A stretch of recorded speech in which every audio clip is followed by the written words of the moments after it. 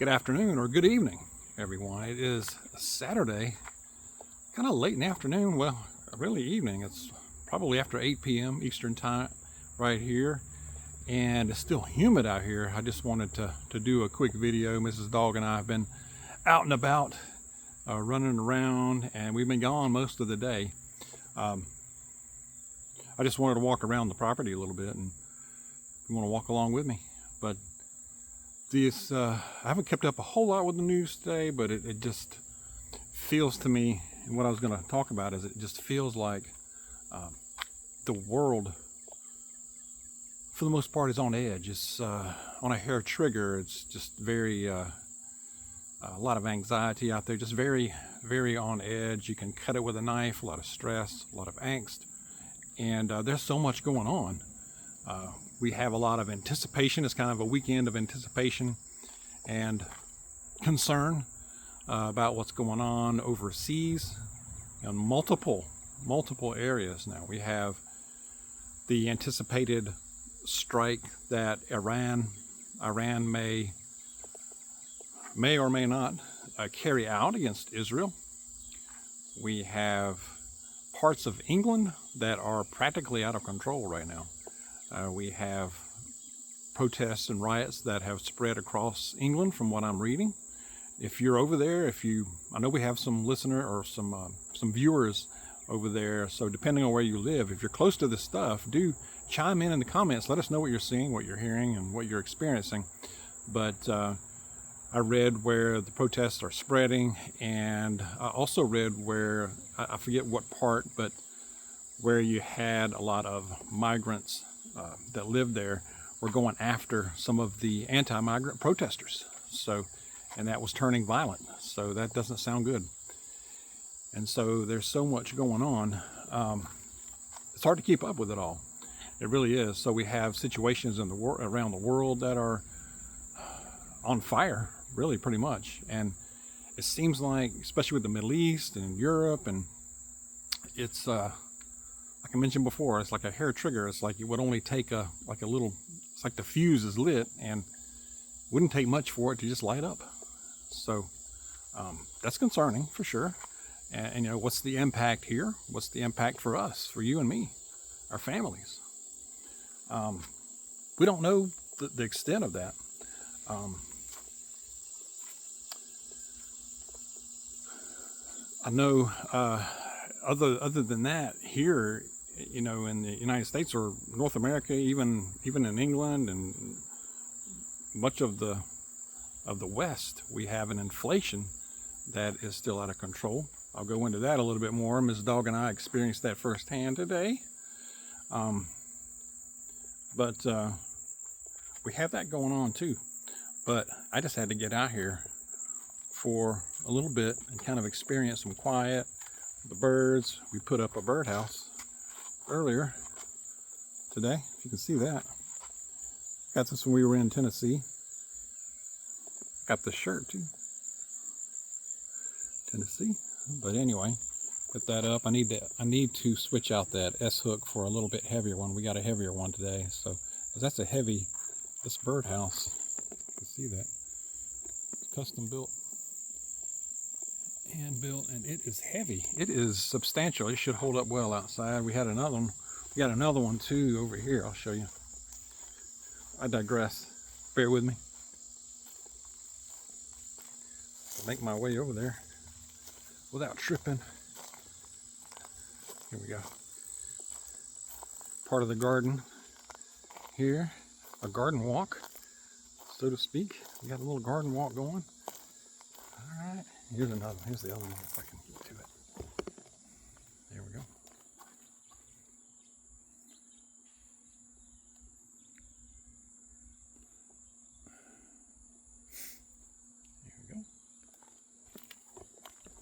There we go. Kind of see it a little better there. All right. But anyway, I'll go over here and sit down back here. But also I saw where Trump was doing another rally in Atlanta. And we're about an hour or so away from Atlanta here. But I gotta give it to him. I mean, he's been shot and everything else. He's still doing rallies, of all places, near downtown, in downtown Atlanta. The guy's not afraid of stuff, I tell you. If he is, he doesn't show it. But we also have a situation. I think we have a mass media effort that is underway to make Kamala out to be the savior, a male Obama, so to speak, and a lot of lies, a lot of deception. I don't know what kind of record she has to run on. I really don't, but there's a lot of hype. I think it's a lot of BS, and I just can't imagine. I don't know. We're trying not to imagine 4 years of that, especially after the 4 years that we are enduring right now, the last 3.5+ years.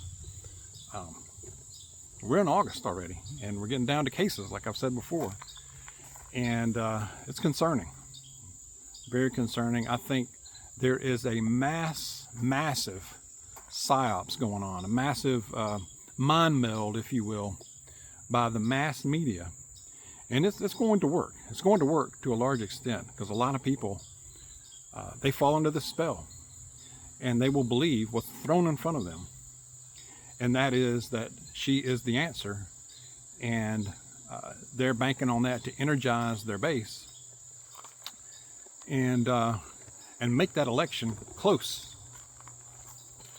enough to do you know what. Heck, maybe they won't even have to do that.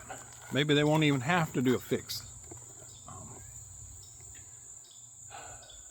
It's just unreal. I don't know what to think.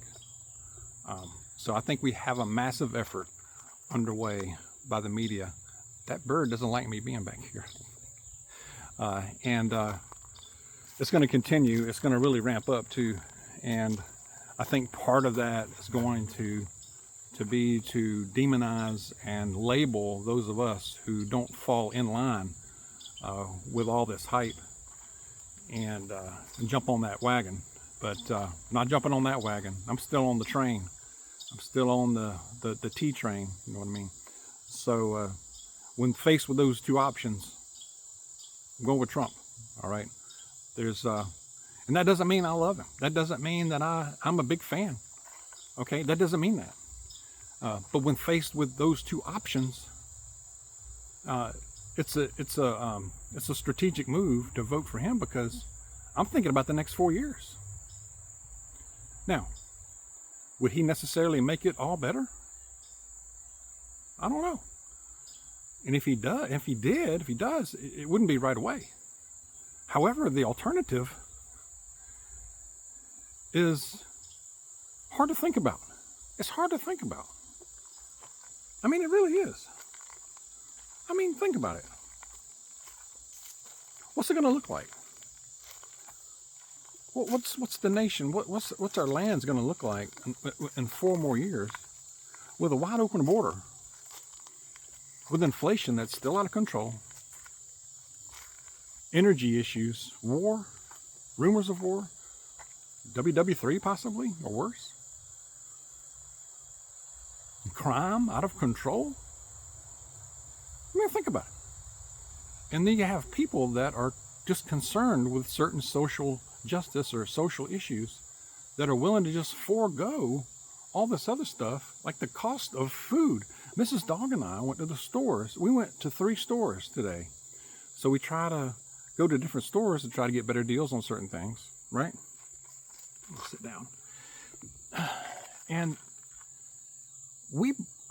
it's just the 2 of us here now. We're empty nesters, other than doggies. But we added it up. We spent over $260 just today, just on basic stuff, y'all. That's not steak. That's not anything extravagant. The only meat we bought was lunch food, just stuff to make sandwiches out of. And just a few essential. We had to get some toilet paper. We had to get, just essential stuff.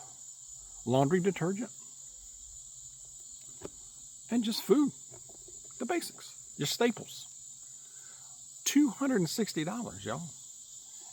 I don't know. And we were like, we got home and we were looking at the receipt and we were just shaking our heads and we're like, this goes up. It seems like every week. And I don't know, how do families do it? How does somebody with kids, family of 4 even, how do they do it? How do you do it with teenagers? I remember when ours were teenagers, our girls, they're girls, but girls can eat, especially when they're growing up, teenagers or young adults. And, we got by. But that was before all this stuff. Now, I don't know how I don't know. What do you do? What do you do? I don't know what families are doing. How are y'all doing it out there? The ones that are. I don't know. And with this food prices, I know it's part of inflation, but I also have to think, is this just is at least part gouging? These retail establishments, are they, what kind of bonuses are they making? What kind of bonuses are the managers, the manufacturers? I don't know. But this is highway robbery. We're not buying filet mignon, calamari, wine, beer. We didn't buy a stitch of alcohol.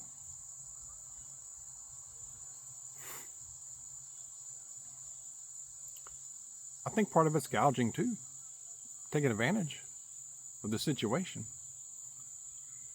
I mean, think about how much that would have cost just three or so years ago. And we got home, we were looking at the receipts. And I asked the question to Ms. Dawg, I'm like, how do families do it? How is this is not sustainable? And she said, she throws this one out. She says, and to think about it, that some people, how are people, how does she put it? And people are going to vote for more of this dog squeeze. She didn't say dog squeeze. The word she used was started with an S. And people are going to vote for more of this. They will. Many will. People I know will. I don't get it. I just don't get it.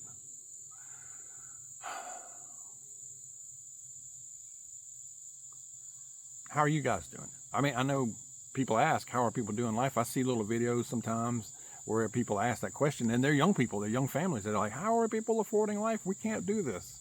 We moved back in with our parents, and we made good money. I hear so many times this. I hear people say, and I don't know their financial situation, but I hear a lot of people say, I'm making more money than I ever have, and I'm more broke than I ever have been. I'm making more money than I ever have in my life, yet I'm more broke now than ever before. I hear that so much. And it's sad.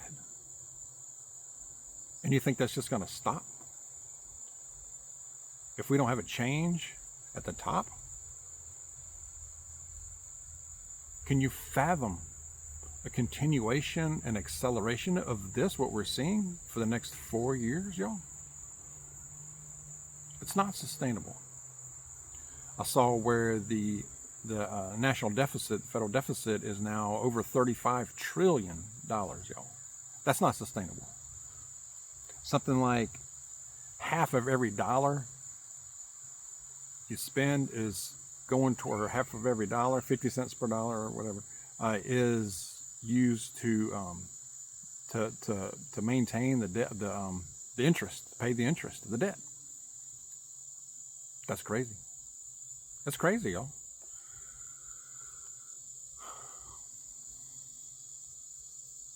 And I know there is a lot of concern about what's going on in the Middle East, Iran, Iraq, Iran, Israel. But when we went out today, we felt what's going on here today, right here in our land, in our lives. So that concerns me even more. Am I concerned about Israel and the Middle East? Yeah, I am. But doggone, y'all, how are we going to maintain? What's going to happen? Definitely in some turbulent times right now. Excuse me. I'm going to go to a verse here in a moment, so bear with me. But yeah, I just don't see how people are doing it. Much less going on vacations at the beach. And now, if you got disposable income and buying used cars and all that stuff, now if you got disposable income and you're in that category and you can do it, hey, more power to you. You do it. You're blessed. You're very blessed. But most people do not have that.